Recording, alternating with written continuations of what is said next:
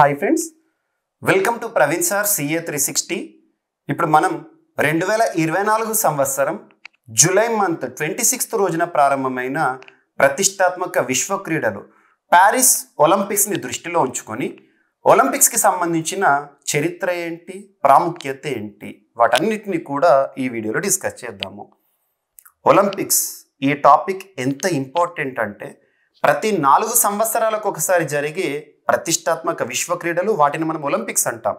Olympics ముగిసిన తర్వాత next coming competitive examinations ఏవైతే ఉంటాయో 1 year కానివ్వండి, 2 years కానివ్వండి, 3 years కానివ్వండి, ఏ పోటీ పరీక్షన కానివ్వండి, ఏ స్థాయి పోటీ పరీక్షన కానివ్వండి, వాటికి సంబంధించిన ప్రశ్న పత్రాల్లో ఒలింపిక్స్ రిలేటెడ్గా క్వశ్చన్ లేకుండా క్వశ్చన్ పేపరే ఉండదు. ఇది వాస్తవం.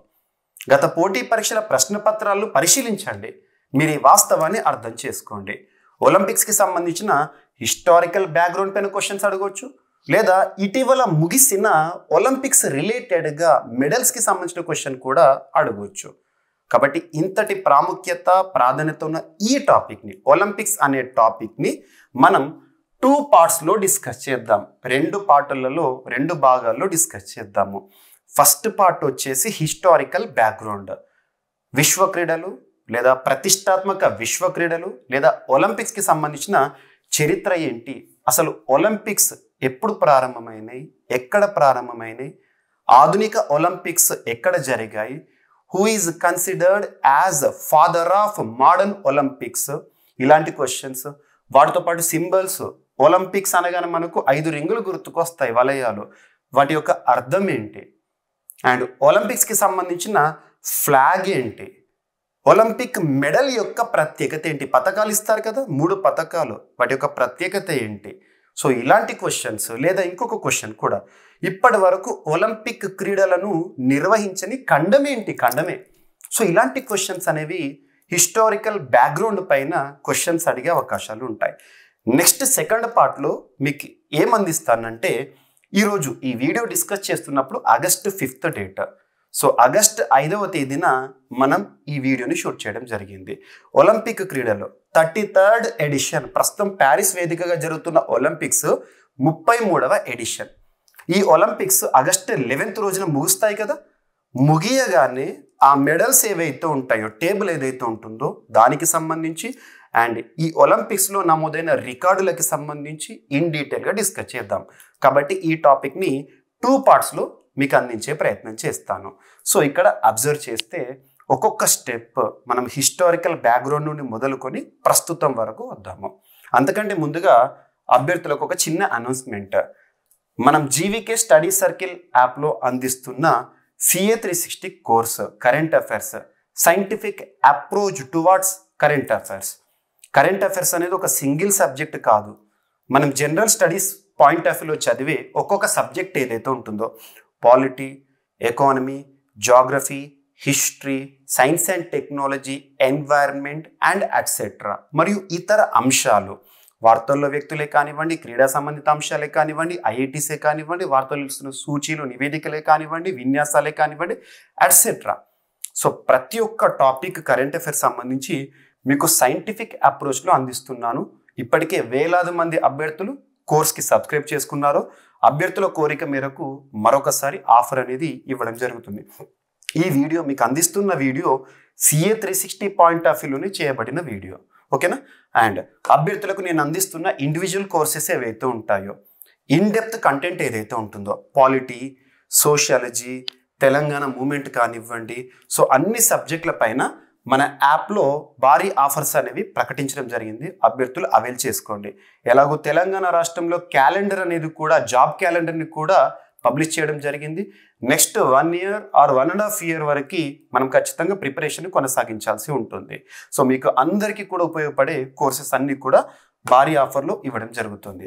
అండ్ ఏపీ గ్రూప్ 2 మెయిన్స్ ఆస్పిరెంట్స్ని, తెలంగాణ గ్రూప్ 1 మెయిన్స్ ఆస్పిరెంట్స్ని దృష్టిలో ఉంచుకొని కరెంట్ పాయింట్ ఆఫ్ వ్యూలో ఇతర సబ్జెక్టులు ఏవైతే ఉంటే వాటిని మీకు అందించడం జరుగుతుంది. సో వీటన్నిటిని కూడా అవైల్ చేసుకోండి. సో బిగ్గెస్ట్ ఆఫర్స్ని అనౌన్స్ చేయడం జరిగింది. అండ్ మొదటిసారి మన యూట్యూబ్ ఛానల్ని చూస్తున్న వారందరూ కూడా ఇప్పుడే మన ఛానల్ని సబ్స్క్రైబ్ చేసుకోండి. నేను యూట్యూబ్ షార్ట్స్ రూపంలో కానివ్వండి, వీడియోల రూపంలో కానివ్వండి, లైవ్ రూపంలో కానివ్వండి, లేదా కమ్యూనిటీ పోస్టుల రూపంలో కానివ్వండి మీకు కంటెంట్ని అందిస్తూనే ఉంటున్నాను. సో ఈ వీడియో కనుక నచ్చితే చివరి వరకు చూసి లైక్ చేయండి, మీ ఫ్రెండ్స్ అందరికీ ఈ వీడియో లింక్ని షేర్ చేయండి. ఓకేనా? సో ఇప్పుడు ఒలింపిక్స్కి సంబంధించి ప్రతిష్టాత్మక ఒలింపిక్స్. సో ప్యారిస్ వేదికగా జరుగుతున్న ఒలింపిక్స్ ఎన్నవ ఎడిషన్ అంటే 33rd ఎడిషన్. గుర్తుంచుకోండి, ప్రస్తుతం జరుగుతున్న జూలై 26వ తేదీన ఫ్రాన్స్ దేశంలోని ప్యారిస్ వేదికగా ప్రారంభమైన ఒలింపిక్స్ అనేవి 33rd ఎడిషన్, 33వ ఎడిషన్. ఫస్ట్ పాయింట్ ఇది. ఓకేనా? ఇదంతా కూడా మనకు కాన్సెప్ట్ అనేది ఏముండదు, ఫ్యాక్ట్స్. మనము సబ్జెక్ట్ నేర్చుకునేటప్పుడు కూడా కొన్ని ఫ్యాక్చువల్ బేసిస్గా నేర్చుకోవాలి, కొంత కంటెంట్ అనలిటికల్గా గుర్తుంచుకోవాలి. ఇక్కడ చెప్పేదంతా కూడా మీకు ఫ్యాక్ట్సే, గుర్తుంచుకుంటే marks. So 33rd edition Olympics విశ్వ క్రీడలు ప్యారిస్ వేదికగా ప్రారంభమైన జూలై 26th. సో ఇక్కడ ఒలింపిక్స్ యొక్క హిస్టరీ ఏంటి? ప్రతిష్టాత్మక విశ్వ క్రీడలు ప్రపంచంలో మోస్ట్ ఎక్సైటింగ్గా అందరూ కూడా అబ్జర్వ్ చేసే క్రీడలు. అంతెందుకు, సింపుల్గా రీసెంట్గా చూడండి, మను భాకర్ గారు, సో షూటర్, ఇండియన్ షూటర్, తను సాధించిన 2 మెడల్స్ ఎంత ప్రతిష్టాత్మకంగా మనం ఫీల్ అవుతున్నామో చూసాము. భారత ప్రధాని నరేంద్ర మోదీ గారు స్వతహాగా తనకు కాల్లో మాట్లాడారు, విషెస్ చెప్పారు. అఖండ భారతావని శుభాకాంక్షలు తెలియజేసింది. అంతటి ఇంపార్టెన్స్ ఉంటాయి. మరి అంతటి ఇంపార్టెన్స్ ఉండే ఒలింపిక్స్ సంబంధించి చరిత్ర.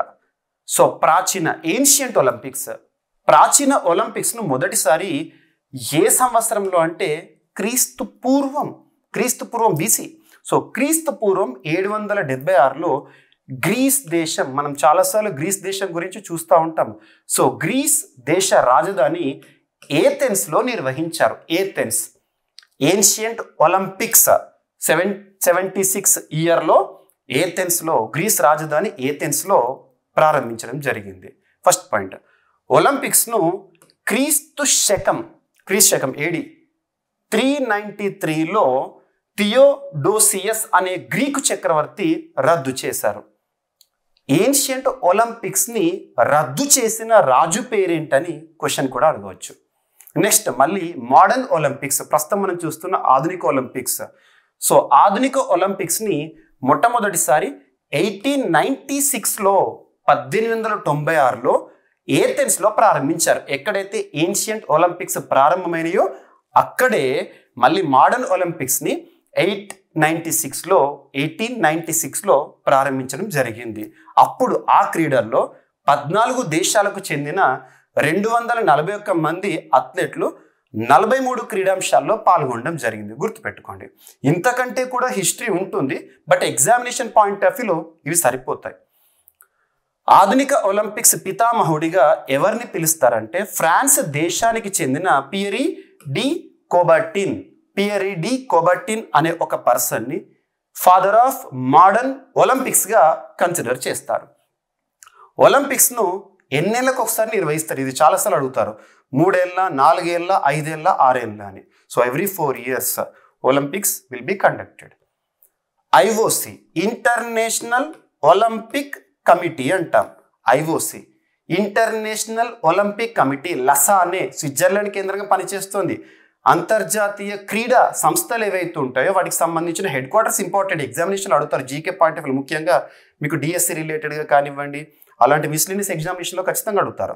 So IOC international Olympic committee ఏదైతే ఉంటుందో లసానే కేంద్రంగా పనిచేస్తుంది. వాళ్ళే ప్రతిష్టాత్మక విశ్వ క్రీడలను, ఒలింపిక్ క్రీడలు నిర్వహిస్తారు. ఆ సంస్థకి మొట్టమొదటి అధ్యక్షుడు డెమిట్రియస్ వికలాస్. మరి ప్రస్తుతం ఎవరంటే థామస్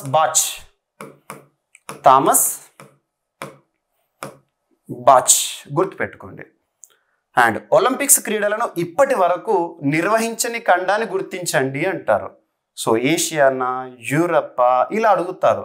సో ఆఫ్రికా ఖండంలో ఇప్పటి వరకు ఒలింపిక్స్ క్రీడలను నిర్వహించలేదు. గుర్తుపెట్టుకోండి, ఇంపార్టెంట్ పాయింట్. సిటియస్, అల్టియస్, ఫోర్టియస్ అనేది ఒలింపిక్స్ యొక్క నినాదము. దాదాపు 140 ఏళ్ల తర్వాత కమ్యూనిటర్ అనే పదాన్ని దీనికి జోడించారు. సో ఒలింపిక్స్ యొక్క నినాదం ఏంటని అడుగుతారు. ఏ పదాన్ని కొత్తగా జోడించారు, ఇటువంటివి అడుగుతారు. అండ్ మొదటి ప్రపంచ యుద్ధం కారణంగా ఇప్పటి వరకు ఒలింపిక్స్ ప్రతి 4 ఏళ్ళకు ఒకసారి, మోడర్న్ ఒలింపిక్స్ స్టార్ట్ అయిన తర్వాత ఎవ్రీ 4 yearsకి ఒకసారి ఖచ్చితంగా జరుగుతాయి. కరోనా కారణంగా కూడా జరిగినాయి, కానీ డిలేతో జరిగాయి, కొంత వాయిదా వేసి మరీ జరిపించారు. ఖచ్చితంగా జరుగుతాయి. అప్పుడు లాస్ట్ టైం మనం టోక్యో ఒలింపిక్స్ అని డిస్కస్ చేసాము, ఓకేనా. సో ఇక్కడ చూస్తే మరి ఒలింపిక్స్ రద్దయిన సంవత్సరాలు ఏమైనా ఉన్నాయా, కారణాలు ఏంటని కూడా ఎగ్జామినేషన్ పాయింట్ ఆఫ్ వ్యూలో అడగవచ్చు. మొట్టమొదటి ప్రపంచ యుద్ధం కారణంగా World War I 1914 to 1919 జరిగింది కదా, 1914 to 1919 అప్పటి వరకు జరిగింది కదా. సో అక్కడ చూస్తే 1916లో మరియు రెండవ ప్రపంచ యుద్ధం కారణంగా 1939, 1944లలో ఒలింపిక్స్ క్రీడలను నిర్వహించలేదు. సో ఇప్పటి వరకు ఒలింపిక్స్ క్రీడలను నిర్వహించని సంవత్సరాలు గుర్తించండి, కారణాలు ఏంటి అని అడగవచ్చు. మొదటి ప్రపంచ యుద్ధం కారణంగా, రెండవ ప్రపంచ యుద్ధం కారణంగా నిర్వహించలేదు. అండ్ ప్రారంభంలో మొదటిలో మోడర్న్ ఒలింపిక్స్ స్టార్ట్ అయిన తర్వాత 1896లో ఏథెన్స్ విజేతకు అంటే ఫస్ట్లో ఏమి ఇచ్చారంటే ఓన్లీ సిల్వర్ మెడల్ మరియు బ్రాంజ్ మెడల్ మాత్రమే ఇచ్చేవాళ్ళు. Silver, bronze. సో సిల్వర్ రజతము, బ్రాంజ్ కాంస్యము, ఇవి రెండే ఇచ్చేవారు. గోల్డ్ ఇచ్చేవారు కాదు. విన్నరు, రన్నర్ అని ఇచ్చేవాళ్ళు. కానీ 1904 ఇయర్ నుంచి 1904 సంవత్సరంలో జరుగుతున్న ఒలింపిక్స్ ఏవైతుంటే, విశ్వక్రీడలు ఏవైతుంటాయో అప్పటి నుంచి 3 మెడల్స్ని ఇస్తున్నారు. Gold, silver, bronze. సో ఇక్కడ గుర్తుంచుకోండి డిఫరెన్స్.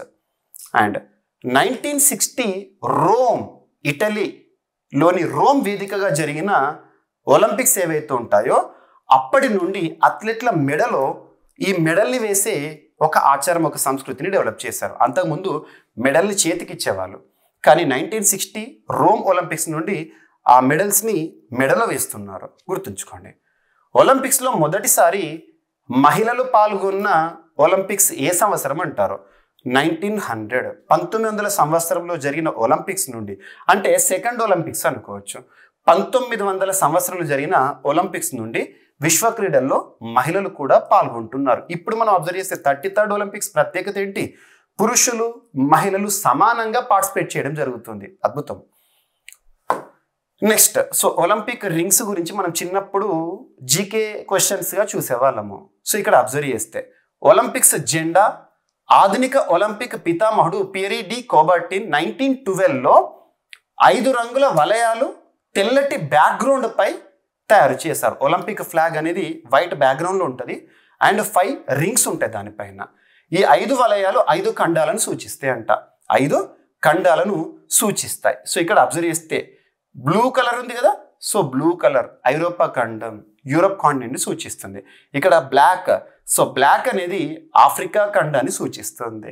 నెక్స్ట్ వచ్చేసి గ్రీన్, ఆకుపచ్చ, ఆస్ట్రేలియా ఖండాన్ని సూచిస్తుంది. నెక్స్ట్ వచ్చేసి రెడ్, ఎరుపు, అమెరికా ఖండాన్ని సూచిస్తుంది. నెక్స్ట్ ఎల్లో, పసుపు, ఆసియా ఖండాన్ని సూచిస్తుంది. సో ఒలింపిక్ రింగ్స్ రిప్రజెంటేషన్ ఏంటనేది ఎగ్జామినేషన్లో అడగవచ్చు. ఎవరు రూపొందించారు, ఎప్పుడు రూపొందించారు అడగవచ్చు.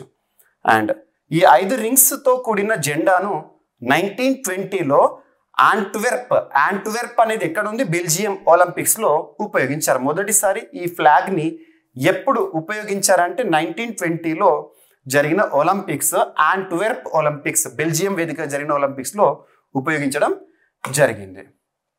నెక్స్ట్, ఒలింపిక్ క్యాండిల్ అంటాం కదా, జ్యోతి చాలా ఫేమస్.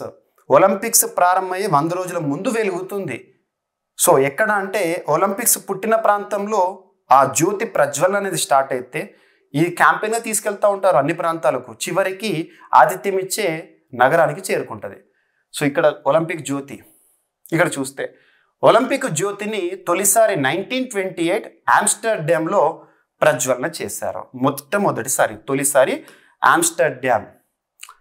క్రీడల 100 రోజుల ముందు తొలి ఒలింపిక్స్ జరిగిన గ్రామంలో నిర్వహించే ప్రత్యేక ఉత్సవంలో సూర్యకిరణాల సహాయంతో పారాబోలిక్ మిర్రర్ మెథడ్, దాంతో ఒలింపిక్ జ్యోతిని ఈ సంవత్సరం జరుగుతున్న ఒలింపిక్ సంబంధించిన జ్యోతి ఉంటుంది ఎప్పుడు వెలిగించారట అంటే 6th 4th month 2024 ఏప్రిల్ 6వ తేదీన వెలిగించారు. దీన్ని ముందుగా సమీపంలోని గ్రీస్ నగరానికి తీసుకెళ్లారు. సో ఒలింపిక్స్ పుట్టిన ప్రాంతంలోనే దీన్ని తీసుకెళ్తారు. అక్కడి నుంచి ప్రపంచవ్యాప్తంగా వివిధ దేశాలకు పంపించడం జరిగింది. అండ్ ఒలింపిక్స్ జ్యోతి ఫ్రాన్స్ జాతీయ దినోత్సవమైన జూలై 14న ప్యారిస్లోకి ప్రవేశించగానే 2016 రియో ఒలింపిక్స్ ఈక్వెస్ట్రియన్ పసిడి పతక విజేత వ్యాలెట్టా అందుకోవడం జరిగింది. అండ్ నెక్స్ట్ పథకం. సో ఒలింపిక్ మెడల్స్ ఉంటాయి కదా, 3 మెడల్స్ ఉంటాయి కదా, ఈ 3 మెడల్స్ 2 సైడ్స్ కూడా సిగ్నిఫికెన్స్ అనేది ఉంటుంది.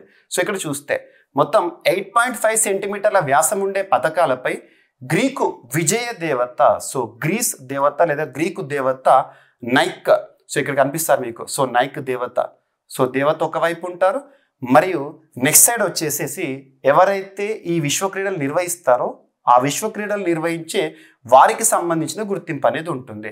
ప్యారిస్ ఒలింపిక్ చిహ్నం ఉంటుంది ఒకవైపు గ్రీక్ దేవత చిహ్నం అనేది ఉంటుంది. పథకంలో తొలి క్రీడలు జరిగిన పానాథోనికో స్టేడియం కూడా కనిపిస్తుంది. సో ఇక్కడ స్టేడియం అంతా కనబడుతుంది, ఇక్కడ ఆ స్టేడియం కనబడుతుంది. సో ఇదంతా సిగ్నిఫికెన్స్ ఆ మెడల్. ఓకేనా. ఐఓసి కొన్ని ప్రమాణాలను నిర్దేశించింది. ఒలింపిక్ పథకానికి ఒకవైపు క్రీడలకు ఆతిథ్యం ఇస్తున్న వేదికల వివరాలు, లోగో ఉంటాయి, మరోవైపు గ్రీకు దేవత బొమ్మ కూడా ఉంటుంది, గుర్తుంచుకోండి. అండ్ ఒలింపిక్స్లో భారత్ ప్రస్థానం ఎప్పుడు స్టార్ట్ అయింది? సో 1900 నుంచి ఒలింపిక్స్లో భారతీయుల ప్రస్థానం అనేది ప్రారంభమైంది. భారత్ తరపున బరిలోకి దిగిన ఏకైక బ్రిటిష్ అథ్లెట్ నార్మన్ ప్రిచర్డ్. ఇటీవల మనం వార్తాపత్రికల్లో కూడా నార్మన్ ప్రిచర్డ్ పేరు విన్నాం, తను భారతీయుడేనా అని చెప్పేసి. కారణం ఎందుకు వినాల్సి వచ్చిందంటే మను భాకర్ ఒకే ఒలింపిక్స్లో 2 పథకాలను సాధించిన మొట్టమొదటి ఇండియన్గా చరిత్ర సృష్టించారు కాబట్టి. సో ఒలింపిక్స్లో భారత్ తరపున బరిలోకి దిగిన ఏకైక బ్రిటిష్ అథ్లెట్ నార్మన్ ప్రిచర్డ్. పురుషుల 200 మీటర్ల పరుగు అండ్ 200 మీటర్ల హార్డిల్స్లో 2 రజత పథకాలను సాధించాడు తను. 1920 నుంచి స్వదేశీ అథ్లెట్లు ఒలింపిక్స్లో పోటీ పడుతుండగా 1928లో తొలిసారి భారత హాకీలో స్వర్ణ పథకాన్ని సాధించింది. మనందరికీ తెలుసు, మనకు హాకీ అంటేనే మేజర్ ధ్యాన్ చంద్. స్వాతంత్రానంతరం భారతదేశం 1948లో లండన్లో జరిగిన 14వ ఒలింపిక్స్లో తొలిసారి పాల్గొంది. ప్యూర్ ఇండియన్గా, ఎందుకంటే అప్పటికి ఇండిపెండెన్స్ స్వాతంత్రం వచ్చిన తర్వాత ఒలింపిక్స్ ఎప్పుడు జరిగినాయి గుర్తుంచుకోండి, ఎప్పుడు. అండ్ భారత్ ఇప్పటి వరకు 25 ఒలింపిక్స్లో పాల్గొని 35 పథకాలు సాధించింది. వీటిలో స్వర్ణాలు 10, రజతం 9, కాంస్యం 16, టోటల్గా అరౌండ్ 35 ఉంటాయి. ఒలింపిక్స్లో వ్యక్తిగత పథకం గెలిచిన తొలి భారతీయుడిగా నార్మన్ ప్రిచర్డ్. యాక్చువల్గా భారతీయుడు అనకూడదు, సో ఇతను ఇండో బ్రిటిష్ అనొచ్చు లేదా బ్రిటిష్ భారతీయుడు అనొచ్చు. అప్పటికి ఇంకా స్వాతంత్రం రాలే తను ఆడినప్పుడు. ఓకేనా. అప్పటికి దేశానికి స్వాతంత్రం రాకపోవడంతో అతన్ని బ్రిటన్ అథ్లెట్గానే పరిగణించేవారు. సో 1952లో కేడి జాదవ్ రెజ్లింగ్ ఒలింపిక్స్లో తొలి వ్యక్తిగత పథకం, కాంస్యం సాధించిన మొదటి స్వదేశీ అథ్లెట్గా నిలిచారు. మొట్టమొదటి స్వదేశీ అథ్లెట్ పథకం గెలిచిన వారు ఎవరైనా అడగవచ్చు, ఏ క్రీడా విభాగంలో అడగవచ్చు. 1952 హెల్సింకిలో జరిగిన హెల్సింకి ఒలింపిక్స్లో తొలిసారి భారతీయ మహిళలు పాల్గొన్నారు. మరి భారతీయ మహిళలు ఎప్పుడు పాల్గొన్నారు? ఒలింపిక్స్లో మహిళలు పాల్గొన్న సంవత్సరంలో 1900, ఇందాక చెప్పాను. భారతీయ మహిళలు మొదటిసారి ఒలింపిక్స్లో ఎప్పుడు పాల్గొన్నారంటే 1952. 2008 బీజింగ్లో జరిగిన ఒలింపిక్స్లో తొలి వ్యక్తిగత స్వర్ణ పథకం సాధించినది అభినవ్ బింద్రా. సో ఇండివిజువల్గా స్వర్ణ పథకాన్ని సాధించిన మొట్టమొదటి భారతీయుడు ఎవరు అంటే షూటర్ అభినవ్ బింద్రా. తనకి ఇప్పుడు ప్యారిస్ ఒలింపిక్స్ చివరి రోజున అద్భుతమైన గుర్తింపు ప్రదానం చేయబోతున్నారు. విశ్వ క్రీడలలో పథకం అందుకున్న తొలి తెలుగు వ్యక్తి కరణం మల్లీశ్వరి గారు. సో శ్రీకాకుళం సంబంధించిన వారు కాంస్యం గెలుచుకున్నారు. 2000 సిడ్నీ ఒలింపిక్స్లో ఆమె వెయిట్ లిఫ్టింగ్లో బ్రాంజ్ మెడల్ సాధించింది. వ్యక్తిగత విభాగంలో 2 పథకాలు సాధించిన తొలి భారత అథ్లెట్ రెజ్లర్ సుశీల్ కుమార్. ఈయన 2008 బీజింగ్లో కాంస్యం, 2012లో లండన్లో రజతం సాధించాడు. ఈసారి లేరు. అండ్ ఒలింపిక్స్లో మహిళల వ్యక్తిగత విభాగంలో 2 పథకాలు సాధించిన మహిళ పివి సింధు.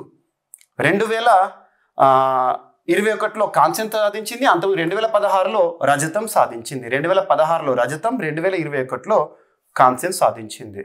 అంటే అప్పుడు టోక్యో ఒలింపిక్స్ 1 year డిలేతో జరిగినాయి. అప్పుడు భారత్ నుంచి ట్రాక్ అండ్ ఫీల్డ్ నుంచి తొలి స్వర్ణం సాధించిన అథ్లెట్గా javelin thrower Neeraj Chopra. So August 7th మనకి ఎప్పటికీ గుర్తుంటుంది. 2008 నుంచి కనీసం ఒక్క పథకమైన రెజ్లింగ్ నుంచి మన ఇండియాకు వస్తుంది. 2020 టోక్యో ఒలింపిక్స్ 2021లో జరిగినాయి, కానీ ఇయర్ మాత్రం 2020. రజతం సాధించిన రవి దహియా, కాంస్యం నెగ్గిన బజరంగ్ పునియా ఈసారి ఒలింపిక్ పోటీలకు అర్హత సాధించలేదు. అండ్ భారత ఒలింపిక్స్లో హాకీ విభాగంలో ఇప్పటి వరకు 8 స్వర్ణ పథకాలు సాధించింది. హైయెస్ట్ గోల్డ్ మెడల్స్ మనకు హాకీ. అన్నీ కలిసి వస్తే ఈసారి కూడా హాకీలో స్వర్ణం గెలుచుకోవాలని మనం కోరుకోవాలి. ఆల్రెడీ మనము సెమీఫైనల్కి దూసుకెళ్ళాము. భారత్ వరుసగా హాకీలో 6 సార్లు వరుసగా డబుల్ హ్యాట్రిక్ సాధించింది. సో 1928లో, 1932లో, 1936లో, 1948లో, 1952లో, 1956లో గోల్డ్ మెడల్ సాధించింది ఇండియా. హాకీ అంటేనే ఇండియాగా అప్పుడు రాయబడింది. ఇక 33rd ఒలింపిక్స్ యొక్క ప్రత్యేకతలు ఏంటో చూద్దాము. 33వ ఒలింపిక్స్ ఫ్రాన్స్ రాజధాని ప్యారిస్ వేదికగా జరుగుతున్నాయి. ఇక్కడ అబ్జర్వ్ చేస్తే ఫ్రాన్స్లో రీసెంట్గా ఎన్నికలు జరగడం, హంగ్ ఎన్నికలుగా మిగలడము, సో ప్రభుత్వమే అనిశ్చితి అనే పరిస్థితుల్లో ఈ ఒలింపిక్స్ అనేవి చర్చనీయాంశమైనాయి. అండ్ ఒలింపిక్స్ను ప్యారిస్లో నిర్వహించడం ఇది 3వసారి. ప్రస్తుతం ఫ్రాన్స్ అధ్యక్షుడు ఎవరు? Emmanuel Macron. గుర్తుంచుకోండి, ముందస్తు ఎన్నికలకు వచ్చారు తను. సో ఫ్రాన్స్ లేదా ప్యారిస్లో నిర్వహించిన 3వసారి. గతంలో ఎప్పుడు నిర్వహించారంటే 1900లో, 1924లో. కరెక్ట్ 100 ఇయర్స్కి మళ్ళీ ప్యారిస్ వేదికగా ఒలింపిక్స్.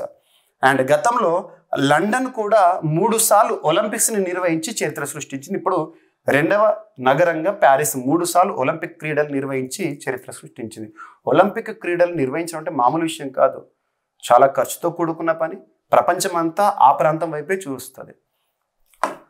అండ్ ఇక ప్యారిస్ ఒలింపిక్స్ సంబంధించి సో ఇక్కడ మనము సింప్లిఫైడ్గా చూస్తే, సో ప్యారిస్ ఒలింపిక్స్ ఎప్పుడు ప్రారంభమైనంటే జూలై 26 రోజున ప్రారంభమైనవి. జూలై 26 ప్రారంభ వేదిక సెన్ నదీ తీరంలో. అండ్ ముగింపు అనేది ఆగస్ట్ 11 రోజున జరుగుతుంది. ముగింపు వేదిక ఎక్కడ జరుగుతుంది అంటే స్టేడ్ డి ఫ్రాన్స్లో జరుగుతుంది. సో ఏం లేదు, ఈ క్రీడలు ఎప్పటికంటే జూలై 26 నుండి ఆగస్ట్ 11 వరకు. ఇంటర్నేషనల్ ఒలింపిక్ కమిటీ అధ్యక్షుడు ప్రస్తుతం ఎవరు? Thomas batch. భారత ఒలింపిక్ సంఘం ఇండియా ఒలింపిక్ సంబంధించి ఎవరు అంటే పిటి ఉషా.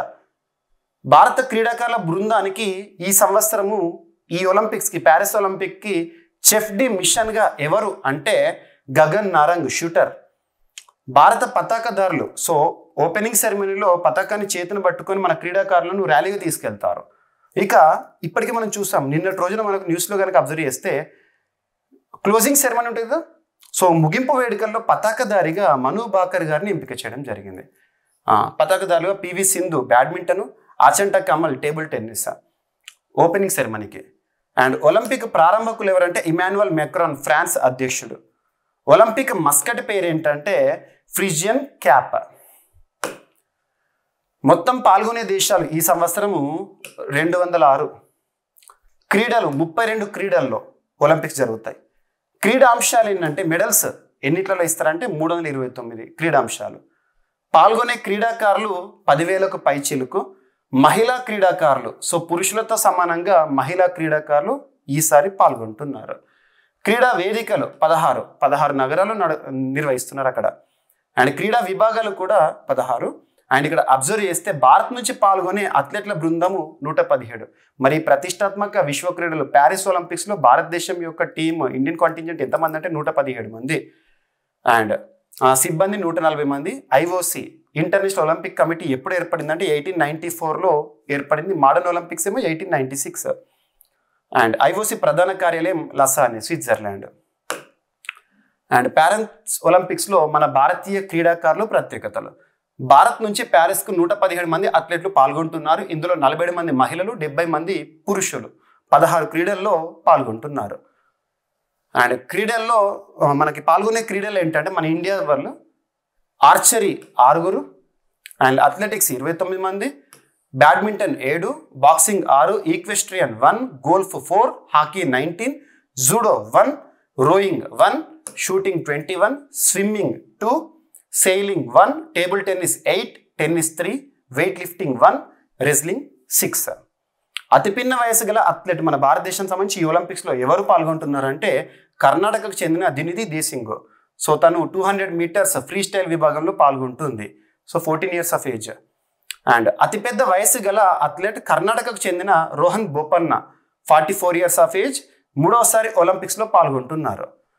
ఈ ఏడాది ఆస్ట్రేలియన్ ఓపెన్ డబుల్స్ గెలుచుకున్నాడు. నంబర్ 1 ర్యాంకు దక్కించుకున్న అతిపెద్ద వయసు గల ఆటగాళ్ళకి ఇప్పటికే చరిత్ర సృష్టించారు. అండ్ తెలుగు క్రీడాకారులు ప్యారిస్ ఒలింపిక్స్లో పార్టిసిపేట్ చేస్తున్న మన తెలుగు ప్రాంతాలకు సంబంధించిన క్రీడాకారులు ఎవరు? సో షెట్లర్స్లో ఎవరు? Sindhu, Satwik, boxer Nikhat Zareen, shooter Esha Singh, table tennis player Akula Sreeja, అథ్లెట్లు జ్యోతి ఎరాజీ అండ్ జ్యోతిశ్రీ అండ్ ధీరజ్ బొమ్మదేవర ఒలింపిక్స్లో పాల్గొనే తెలుగు వ్యక్తులు, ప్రముఖ వ్యక్తులుగా గుర్తుపెట్టుకోండి. అండ్ ఇప్పటి వరకు ఒలింపిక్స్లో ప్రతిష్టాత్మక విశ్వ క్రీడల్లో మొదటి నుండి కూడా భారత్ పార్టిసిపేట్ చేసినప్పటి నుండి కూడా ఎన్ని పథకాలు సాధించిందని చెప్పేసి ఇక్కడ ఇవ్వడం జరిగింది. సో చూడండి, హాకీలో అత్యధికంగా 12 పథకాలు, అందులో 8 స్వర్ణాలను గెలుచుకుంది. సో ఇక్కడ మొత్తం అబ్జర్వ్ చేస్తే ఇప్పటి వరకు ఇండియా ఒలింపిక్స్లో 10 స్వర్ణాలను, రజతాలు 9, సిల్వర్స్ని, కాంస్యాలు 16. సో మొత్తం అబ్జర్వ్ చేస్తే 35. ఇది ఎప్పటి వరకు అంటున్నాను? ఈ 33rd ఒలింపిక్స్ ముగియక ముందు వరకు 32nd వరకు తీసుకున్నాను నేను. 33rd ఒలింపిక్స్లో ఇప్పటికే బ్రాంజ్ 3 వచ్చినాయి మనకి. 2 ఏమో మను భాకర్కి అండ్ 1 వచ్చేసేమో స్వప్నిల్ కుశాల్కి. సో ప్యారిస్ ఒలింపిక్స్ విశేషాలు ఇవైతుంటే మీకు ఇందాక చెప్పాను కదా. సో సేమ్ ఇదే. ప్యారిస్ ఒలింపిక్స్ నిర్వహణ ఖర్చు సుమారు $10 బిలియన్ ఉంది. గుర్తుంచుకోండి, $10 బిలియన్. సో ఈసారి బ్రేకింగ్ క్రీడాంశాన్ని ఫస్ట్ టైం చేర్చారు. సో ఇదంతా కూడా మీకు ఏదైతే ఉంటుందో మీకు నేను సెకండ్ పార్ట్లో ఇదంతా కూడా ఎక్స్ప్లెయిన్ చేయడం జరుగుతుంది. ఓకేనా? ఇక్కడ ఇంకొకటి, ఒలింపిక్స్ ఈవెంట్లలో ఒకటైన సర్ఫింగ్ క్రీడను ఈసారి తహతీ దీవుల్లో నిర్వహిస్తారంట. ఫ్రాన్స్కు దాదాపు 15,000 కిలోమీటర్ల దూరంలో ఉండే పసిఫిక్ మహాసముద్ర ప్రాంతంలోని ఒక దీవి, ఇది ఒక ఐలాండ్. ఆస్ట్రేలియా, న్యూజిలాండ్లకు దగ్గరగా ఉంటుంది. అయితే ఇది ఫ్రెంచ్ ప్రభుత్వం ఆధీనంలో ఉన్న దీవి కావడంతో ఒలింపిక్స్, సో ఫ్రెంచ్ ఆధీనంలోని దీవి అక్కడ నిర్వహిస్తున్నారు. సో ఎగ్జామ్లో అడగొచ్చింది వార్తలు నిలిచిన ప్రాంతంగా. ఓకేనా? సో ఇది క్రీడా గ్రామం. ఒలింపిక్ జరుగుతున్న వేదిక ప్యారిస్లో టోటల్గా కూడా అదొక విలేజ్, అంటే ఒక మోడర్న్ విలేజ్ దాకా కనబడుతుంది. దాదాపు 14,250 మంది వారి కోసం దాదాపు సిద్ధం చేశారు. ప్రతిరోజు కనీసం 60,000 భోజనాలు అందిస్తారంట. సో ఇది. సో ఇక్కడ మరి ఒలింపిక్స్లో పార్టిసిపేట్ చేసే ఇండియన్ అథ్లెట్స్, ఇండియన్ క్రీడాకారులకు భారత ప్రభుత్వం ఏం చేశారు? సో విశ్వ క్రీడా సంబరం ఒలింపిక్స్ జూలై 26 నుంచే ప్రారంభమైంది. ఒలింపిక్స్లో 117 మంది అత్యున్నత క్రీడా వేదిక పైన వారి ప్రతిభను చాటనున్నారు. మనందరికీ తెలుసు, ఒలింపిక్స్లో మెడల్ గెలుచుడు కాదు, ఒలింపిక్స్కి సెలెక్ట్ అయితేనే, పార్టిసిపేట్ చేస్తేనే అద్భుతం అన్నట్టు. అలాంటిది విశ్వ క్రీడల్లో భారత్ తరపున సత్తా చాటి పథకాలు తీసుకువచ్చేందుకు కేంద్ర క్రీడా మంత్రిత్వ శాఖ చేపట్టిన పథకం ఏంటంటే టార్గెట్ ఒలింపిక్ పోడియం అనే ఒక స్కీమ్ లేదా పథకం పేరుతో క్రీడాకారులకు ప్రత్యేక శిక్షణను ఇప్పించారు. ఇందుకు 470 కోట్లకు పైగా భారత ప్రభుత్వం వెచ్చించింది. ఓకేనా? అండ్ విశ్వ క్రీడల్లో పథకం గెలిచిన, సో నెక్స్ట్ పార్ట్లో అన్ని పథకాలు చెప్తాను. ఇప్పటి వరకు మనకు గెలిచిన వారు ఆగస్టు 5 వరకు మనకి ఇండియాకి ప్యారిస్ ఒలింపిక్స్లో 3 మెడల్స్ వచ్చినాయి. సో ఈ 3 మెడల్స్ ఎందులో వచ్చినాయి చూద్దాము. విశ్వ క్రీడల్లో పథకం గెలిచిన తొలి భారతీయ మహిళా షూటర్ సో మనకి మను భాకర్. గుర్తుంచుకోండి, తను విమెన్స్ 10 మీటర్ ఎయిర్ పిస్టల్ విభాగంలో బ్రాంజ్ గెలుచుకుంది. అండ్ విశ్వ క్రీడల్లో పథకం గెలిచిన తొలి భారతీయ మహిళా షూటర్ జూలై 28వ తేదీ ఎప్పటికీ సువర్ణ అక్షరాలతో లిఖించబడిన రోజు. సో తను గెలుచుకోవడం జరిగింది వ్యక్తిగత విభాగంలో. అండ్ మను భాకర్, సరబ్జోత్ సింగ్ జోడీకి కూడా కాంస్యం వచ్చింది. సో వీళ్ళిద్దరు కలిసి shooters. Manu Bhaker and Sarabjot got 1 more bronze for India in Paris Olympics. గుర్తుంచుకోండి. ఓకేనా? నెక్స్ట్ వచ్చేసేసి ప్యారిస్ ఒలింపిక్స్లో కాంస్యం గెలుచుకున్న షూటర్ స్వప్నిల్ కుశాల్. సో ఇప్పటివరకు భారతదేశం తరపున షూటింగ్లో అద్భుతమైన ప్రతిభ కనబరుస్తున్నారు. ఉదాహరణ తీసుకుంటే ఏథెన్స్ 2004 ఒలింపిక్స్లో రాజ్యవర్ధన్ సింగ్ రాథోర్ ప్రస్తుతం రాజకీయాల్లో తనకంటూ ప్రత్యేక గుర్తింపు పొందుతున్నారు. అండ్ బీజింగ్ 2008 ఒలింపిక్స్లో అభినవ్ బింద్రా తను స్వర్ణాన్ని గెలుచుకున్నారు. అండ్ లండన్ ఒలింపిక్స్ 2012లో విజయ్ కుమార్ తను సిల్వర్ని గెలుచుకున్నాడు. లండన్ ఒలింపిక్స్ 2012లో గగన్ నారంగ్ సో తను కాంస్యాన్ని గెలుచుకున్నాడు. ప్యారిస్ ఒలింపిక్స్ 2 పథకాలు, Manu Bhaker bronze and Swapnil Kusale bronze మెడల్ని గెలుచుకోవడం జరిగింది. ఓకేనా? సో ఇవన్నీ కూడా. అండ్ ప్యారిస్ ఒలింపిక్స్లో కాంస్యం గెలుచుకున్న యువ shooter Swapnil. And Paris Olympics July 26న ప్రారంభమైనాయి కదా. తొలి పథకం ఎవరు గెలుచుకున్నారు, తొలి స్వర్ణం ఎవరు గెలుచుకున్నారని ఎగ్జామినేషన్లో అడగవచ్చు. తొలి స్వర్ణం గెలుచుకుంది చైనా. మరి తొలి పథకం ఎవరు గెలుచుకున్నారంటే కజకిస్తాన్. గుర్తుపెట్టుకోండి.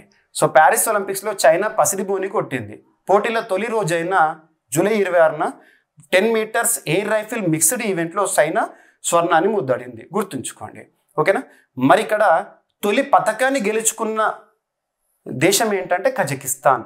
తొలి పథకం వీళ్ళు బ్రాంజ్ గెలుచుకున్నారు. ఫస్ట్ బ్రాంజ్ ఈవెంట్ జరిగింది. తర్వాత స్వర్ణం తొలి మెడల్ గెలుచుకుందేమో కజకిస్తాన్, తొలి గోల్డ్ మెడల్ సాధించిందేమో చైనా ఈ ఒలింపిక్స్లో. ఇలా ప్రస్థానం స్టార్ట్ అయింది. ఇప్పటివరకు అయితే ఇండియాకి 3 మెడల్స్ వచ్చినాయి. ఇంకా ఒలింపిక్స్ ఆగస్టు 5th ఈ రోజు అంటే ఆగస్టు 11th వరకు జరుగుతాయి. సో క్లోజింగ్ సెరమనీ అయిపోయిన తర్వాత ఈ సంవత్సరం ఒలింపిక్స్లో నమోదవుతున్న రికార్డ్ ఏంటి? సో మనం చూస్తే జస్ట్ రీసెంట్గా మనం చూస్తే టెన్నిస్లో నోవాక్ జోకోవిచ్ తనకి ఎప్పటి నుండో ఒలింపిక్స్లో స్వర్ణాన్ని గెలుచుకోవాలని ఒక కోరిక నెరవేరింది. సో చార్లెస్ అల్కరజ్ పైన గెలుపొందాడు. సో ఇలా రికార్డ్స్ ఏవైతే ఉంటాయో ఒలింపిక్స్ 2024 లేదా 33rd ఎడిషన్ ఆఫ్ ఒలింపిక్స్లో నమోదైన రికార్డుల గురించి మనం సెకండ్ పార్ట్లో డిస్కస్ చేద్దాము. సో సెకండ్ పార్ట్ మీకు నేను జీవీకే స్టడీ సర్కిల్ యాప్లో అందించడం జరుగుతుంది. CA 360 కోర్సులో ఆగస్టు 11th ఒలింపిక్స్ పూర్తయిన తర్వాత 12th or 13th రోజున ఒలింపిక్స్ పైన సెకండ్ పార్ట్ అనేది మీకు కంప్లీట్ ఇవ్వడం జరుగుతుంది. సో ఈ వీడియో కనుక మీకు నచ్చినట్లయితే లైక్ చేయండి. యాక్చువల్గా మొత్తం కూడా ఫ్యాక్ట్స్ ఇవి. ఫ్యాక్ట్స్ కాబట్టి ఎక్కడైతే concept important I will explain. ఎక్కడైతే ఫ్యాక్ట్స్ ఉంటాయో డైరెక్ట్ మనం గుర్తుంచుకుంటేనే మార్క్స్ వస్తాయి, గుర్తుపడతాము. సో వీడియో నచ్చితే లైక్ చేయండి. మీ ఫ్రెండ్స్ అందరికీ ఈ వీడియో లింక్ని షేర్ చేయండి. సో మన ఛానల్ని సబ్స్క్రైబ్ చేయండి. మళ్ళీ కలుద్దాం. Thank you.